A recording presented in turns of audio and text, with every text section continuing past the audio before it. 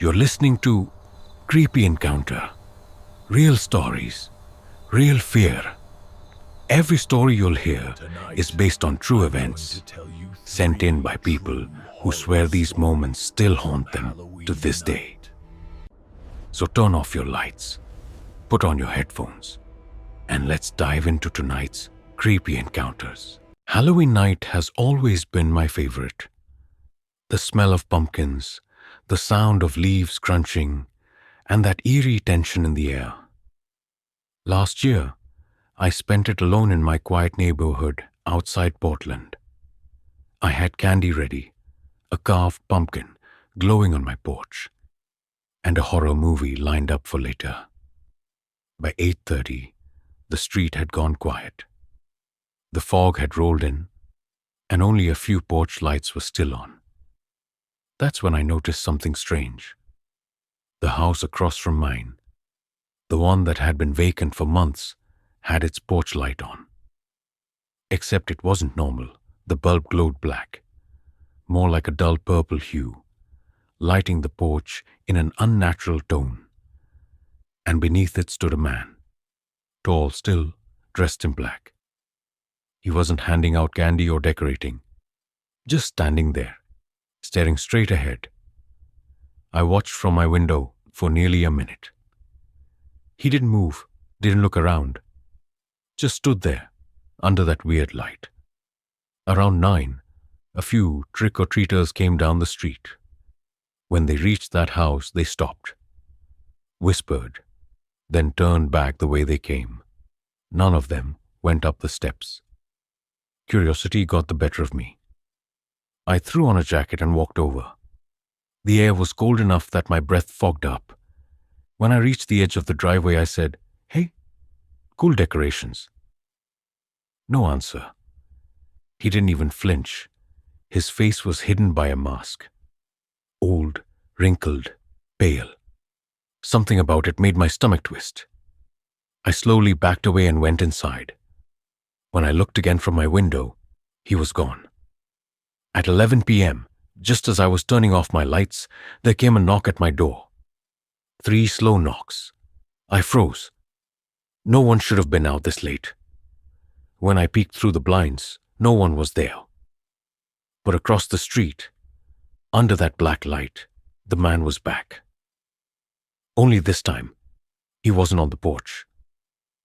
He was standing in the middle of the street, facing my house. He didn't move, didn't speak, just stood there with his head slightly tilted. I turned off my lights and waited.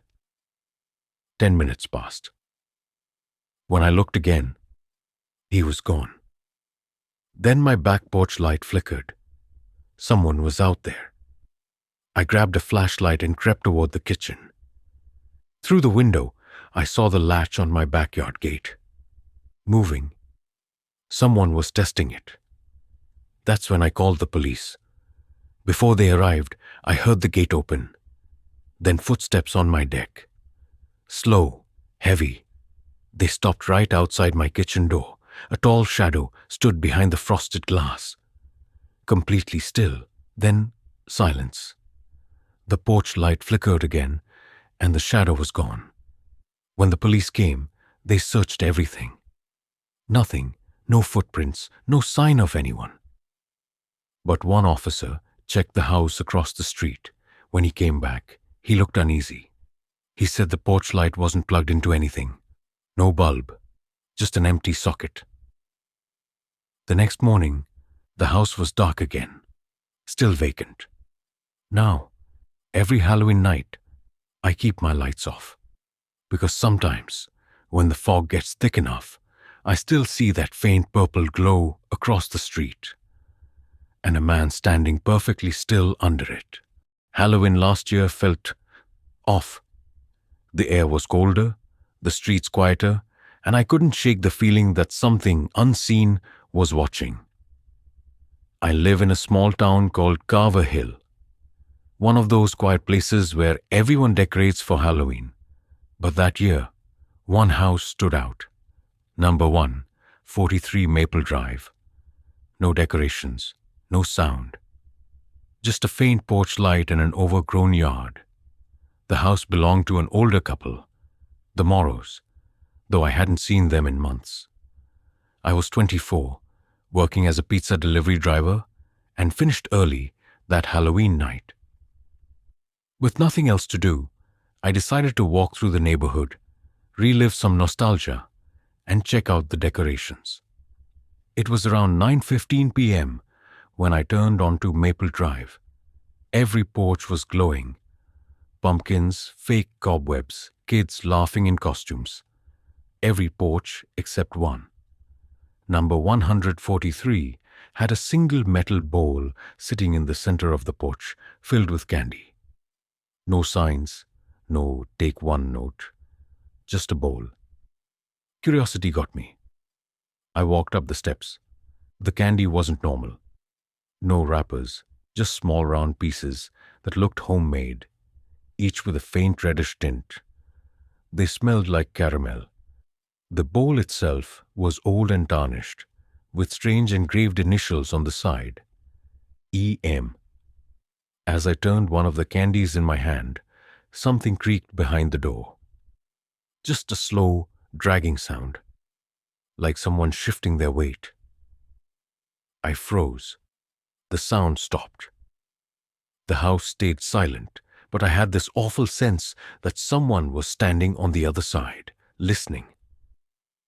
I put the candy back, turned around, and walked off, telling myself it was nothing. An hour later, I came back down Maple Drive, heading home.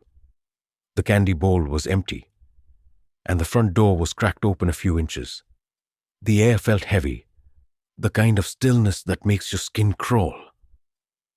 I stopped on the sidewalk and squinted. There was movement inside, a faint shadow just past the doorway. I turned on my phone flashlight. The door closed, not slammed, just quietly, like someone didn't want to be noticed. I hurried home. The next morning, the porch light was off. The bowl was gone. The house looked like it always had. Old, abandoned. 2 days later, I overheard some neighbors talking. A little girl had gotten sick, really sick, after trick-or-treating on Maple Drive. Her mom said she'd eaten a small red candy that wasn't in a wrapper. The police went door to door asking if anyone had seen homemade candy being handed out. When they reached 143 Maple Drive, no one answered. They forced the door open. But the house was empty. Inside, everything was covered in dust. Furniture draped in white sheets. Cobwebs in the corners, like no one had lived there for years. On the kitchen counter sat a metal bowl, the same one I'd seen that night, with those same initials, E.M. One of the officers mentioned that it belonged to Evelyn Morrow, a woman who'd died there with her husband in the early 90s. The house had been vacant ever since. I didn't tell anyone that I'd touched one of those candies. But after that night, strange things started happening. Each morning, when I opened my door for work, there'd be a small red candy sitting on my doormat. Unwrapped, sticky, always the same. The first couple of times, I tried to laugh it off. Maybe a prank, but it kept happening. By the fourth night, I decided to stay up and watch. Around 2:30 a.m., I was sitting on the couch, half asleep, when I heard it. A faint clink. Metal on wood. Someone was at my door. Through the blinds, I saw a figure. A woman, I think, standing on the porch. Long hair, wearing an old-fashioned dress. She was holding something small in her hand. Then she looked up. Her face was shadowed, but I could see the faint curve of a smile. And then, she was gone. I ran to the door, but there was no one there. Only another red candy sitting on the mat. This one had a single letter scratched into it.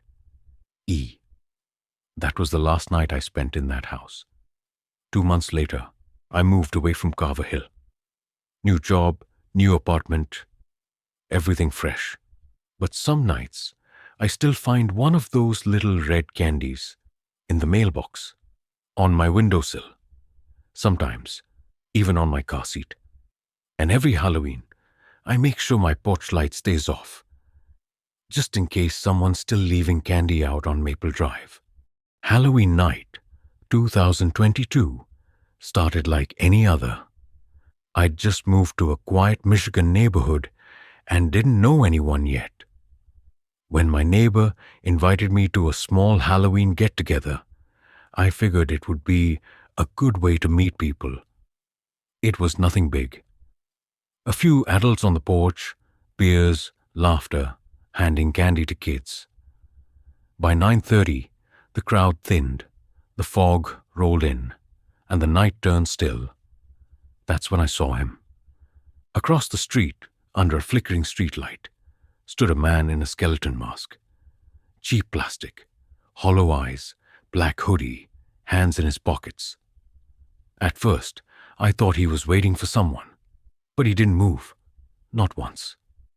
After 5 minutes, everyone had noticed. Someone joked, "Guess we've got a creeper watching the candy."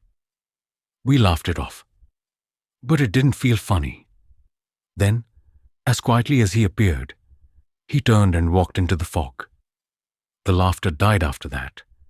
People started leaving. By 11 p.m., I was the last one outside, cleaning up cups and decorations. The neighborhood had gone silent. That's when I heard 3 slow taps on my side window. I froze. The sound came again, gentle, deliberate. When I turned on the porch light, nobody was there. But on the glass, drawn in the condensation, was a small smiley face. I stepped outside, heart racing. Everything looked normal, until I noticed my jack-o'-lantern was gone. I scanned the street, and there it was. My pumpkin was sitting perfectly, in the middle of the road, candles still burning inside. Something about it felt wrong. Too precise, too staged. I started toward it, and that's when I heard a whisper from behind me. "Smile." I spun around. No one. Just fog. When I turned back, I saw movement inside the pumpkin. A flicker that wasn't from the candle. I lifted my flashlight and caught a pair of eyes staring through the carved holes. Someone was crouched behind it. He moved, crawling forward, hands pressed to the pavement. The skeleton mask, the hoodie. I dropped the light and bolted into my house, slammed the door, locked every window. The rest of the night I sat in darkness, every creak sounding like footsteps outside. Around 3 a.m., I peeked out again. The pumpkin was gone.